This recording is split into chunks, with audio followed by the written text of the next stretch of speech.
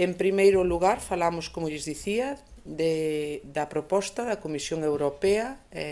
para a nova PAC post-28, que, como sempre dixemos, non nos convence. Unha proposta por a que temos que loitar. Mostramos en varias ocasións o noso rexeitamento porque supón un recorte de fondos dun 22% e porque non blinda a actual arquitectura da PAC.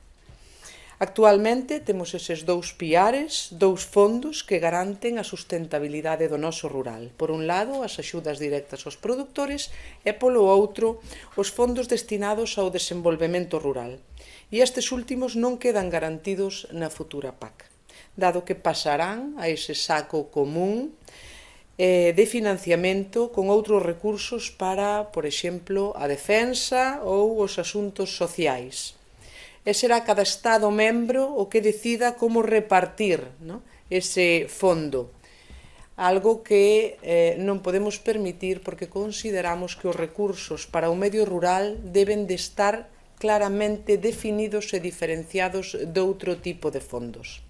E desta nova PAC levamos xa moitos meses falando e traballando nunha postura común dende Galicia en colaboración con todas as organizacións agrarias as que lles quero agradecer ese traballo conxunto e desta mesma maneira temos xa un acordo conxuntamente que saliu do Consello Agrario conxuntamente con Unións, a Saga e o Sindicato Labrego e que levaremos e someteremos á aprobación definitiva o vindeiro venres día 20 na reunión do Consello Agrario. Do mesmo xeito, creemos que ante este novo escenario que se nos plantexa co Mercosur, necesitamos tamén traballar conxuntamente para defender os intereses de Galicia e para impulsar ese posicionamento conxunto na defensa do noso sector agrogandeiro. É importante que poñamos en contexto que o acordo Mercosur firmase despois de 26 anos e se firma precisamente nun momento onde a inestabilidade da Organización Mundial de Comercio se ve sometida a unha inestabilidade xurídica, a unhas dudas económicas onde cada día vemos a utilización dos aranceles como un elemento de chantaje comercial máis que como unha medida proteccionista da produción de cada país. E, polo tanto, países como España con a Unión Europea ven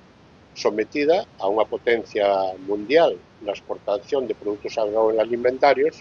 donde decisións de ámbito político por parte de Estados Unidos ou de China colocan nunha posición complicada a moitos dos seus produtores. Esa firma do acordo ten fundamentalmente un camiño de ida e volta, o camiño de vida que é de aqueles produtos que do Mercosur podan entrar en Europa e, polo tanto, como se resolve os temas de competencia desleal e como se resolve os problemas de afectación do mercado de costes e de precios dentro da Unión Europea e ten unha parte de ida que é as posibilidades que o conxunto da Unión Europea e de España como país exportador agroalimentario se lle abren neses outros mercados de máis de 270 millóns de consumidores. É importante que a este acordo o poñamos en contexto que pasou o día 18 de diciembre. O día 18 de diciembre hai unha movilización europea de todos os países e de todas as organizacións que terminan nunha reunión con 4 comisarios, o de Agricultura, o de Presupuestos, o de Comercio e o de Medio Ambiente, e nesa reunión se acorda de xeito unilateral por parte da Comisión Europea de establecer fora do acordo unhas cláusulas de salvaguarda e a aplicación da cláusula espejo, que ven a significar dous elementos importantes. Un, que non llevamos a dicir aos agricultores e gandeiros do Mercosur como teñen que producir para os seus consumidores, pero sí llevamos a dicir aos importadores de produtos do Mercosur para a Unión Europea que na Unión Europea non pode entrar ningún produto con estándares diferentes dos que temos aprobados para a Unión Europea. E o segundo que hai unha serie de sectores que por costes de produción poden verse afectados e se declaran sectores sensibles, o de vacuno, o de aves, o de azúcar, e sobre esos sectores se establecen unha cláusula salvaguarda que en caso de que haxa unha variación de máis do 5% do volumen do produto pactado ou do precio en Europa, permitiría parar automáticamente esa importación. Eso permite a maiores unha serie de mecanismos que hoxe no acordo explicitamos para que haxa unha actuación inmediata de paralización nun máximo de 21 días para non chegar a situacións de que o daño xa fora irreversible, polo tanto a paralización chegara tarde. Nesa situación o analizamos desde o punto de vista de Galicia e a reflexión é distinta dependendo de que estemos falando. Probablemente non nos vemos afectados nas posibilidades que se nos abren de exportación a esos países. Nós non somos exportadores nin de produtos lácteos nin de viño a Mercosur, e o que si somos é importadores de proteína vegetal, porque prácticamente o 100% do noso consumo nas granxas de polos e de porcos ven do Mercosur, e prácticamente na alimentación animal, onde os costes son máis do 60%, pois dependemos do grau do millo e da soxa que veñen desos países. Por lo tanto, cando falamos del Mercosur, falamos que hai unha parte importante que nesta tensión con Estados Unidos e China nos vai a permitir que sectores estratégicos e moi competitivos en Europa, como é o sector da leite, como é o sector do porcino, como é o sector das aves, van a ter garantizada un abastecemento da alimentación non suxeto a variacións e aranceles, por lo tanto, o abastecemento barato, sobre todo sabendo que por moitos esforzos que poderamos facer desde Galicia para ir hacia un abastecemento da alimentación do gando, nos farían falta cerca de 600.000 hectáreas que non temos disponibles para poder producir proteína vegetal. Para poñervos un exemplo, o estar suxetos a un arancel do 20% que amenaza Trump cada mañá que ten mal día, supoñería un incremento de máis de 150 millóns de euros a alimentación das granxas galegas. Por lo tanto, a parte da entrada do Mercosur de produtos baratos, a Galicia non só non lle preocupa, senón que é unha garantía de estabilidade. Probablemente, se fora un produtor de cereales de Castilla e León, a mellor tiña outro tipo de preocupación. E a preocupación, onde a temos centrada? Na afectación que a entrada das cantidades pactadas podera ter sobre o mercado europeo. Cando estamos falando de apenas o 1,5% do consumo de Europa de vacuno, cando estamos falando do 1,3% de polo, cando estamos falando de apenas o 1,1% de porcino, son cantidades que sería imposible que puderan deteriorar os precios se realmente se fan de xeito razonable.